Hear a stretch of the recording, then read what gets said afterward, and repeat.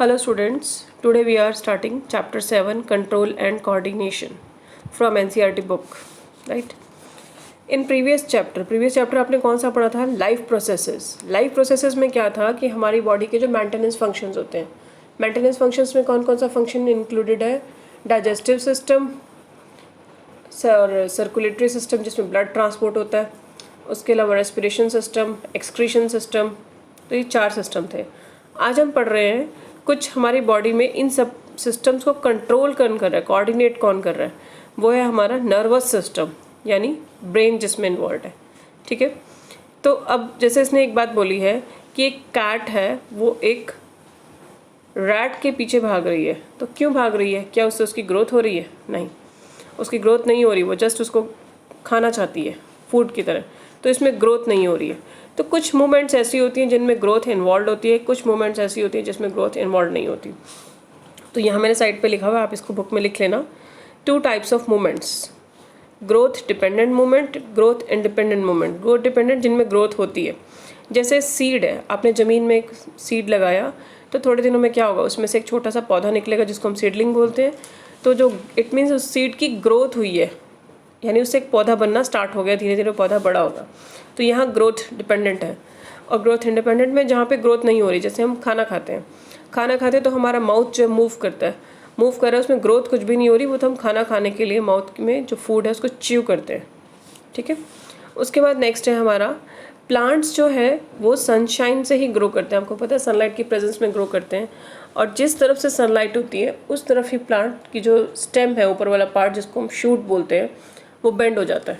ठीक, उसके बाद आगे नेक्स्ट पैराग्राफ में लिखा हुआ है कि हम एनवायरनमेंट के रिस्पॉन्स में ही अपने आप को अकॉर्डिंगली एक्ट करते हैं। जैसे 3 सिचुएशंस हैं, आप घर पे हो तो आराम से बात करोगे, ठीक है, और अगर आप क्लासरूम में और आपकी टीचर पढ़ा रही है तो आप अपने फ्रेंड से बात करना चाहते हो, आप कैसे करोगे? विस्परिंग करोगे। लेकिन अगर आप किसी फन प्लेस पे गए हो तो वहाँ पर क्या करोगे? शाउटिंग करोगे, जोर से चिल्लाओगे, हुटिंग करोगे।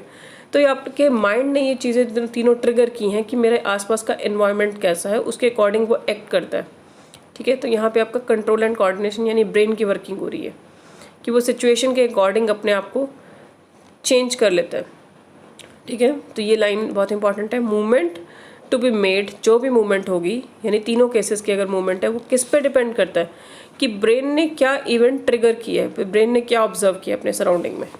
ठीक है, अब मल्टी सेलुलर ऑर्गेनिज्म जैसे हम लोग हैं, हमारी बॉडी में कई सेल्स हैं, तो हमारी बॉडी में स्पेशलाइज्ड टिश्यूज़ होती हैं जो हमें कंट्रोल एंड कोऑर्डिनेशन की एक्टिविटीज़ प्रोवाइड करती हैं। वो टिश्यूज़ क्या हैं?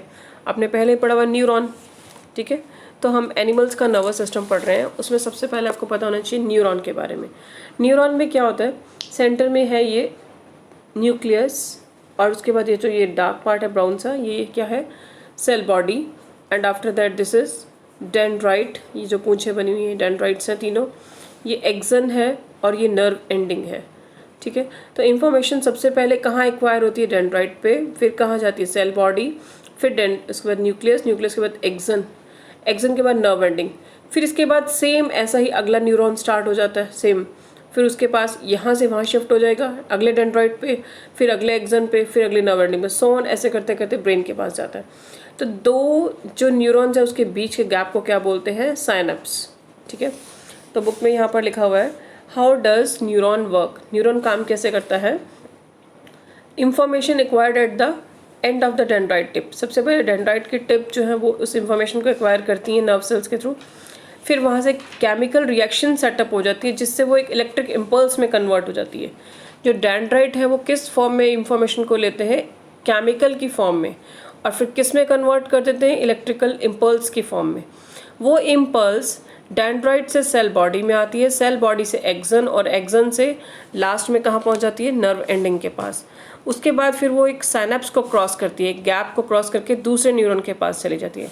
ठीक है, साइनेप्स को क्रॉस करके ये दूसरे डेंड्राइट के पास पहुँच के इस तरह से न्यूरॉन की वर्किंग होती है।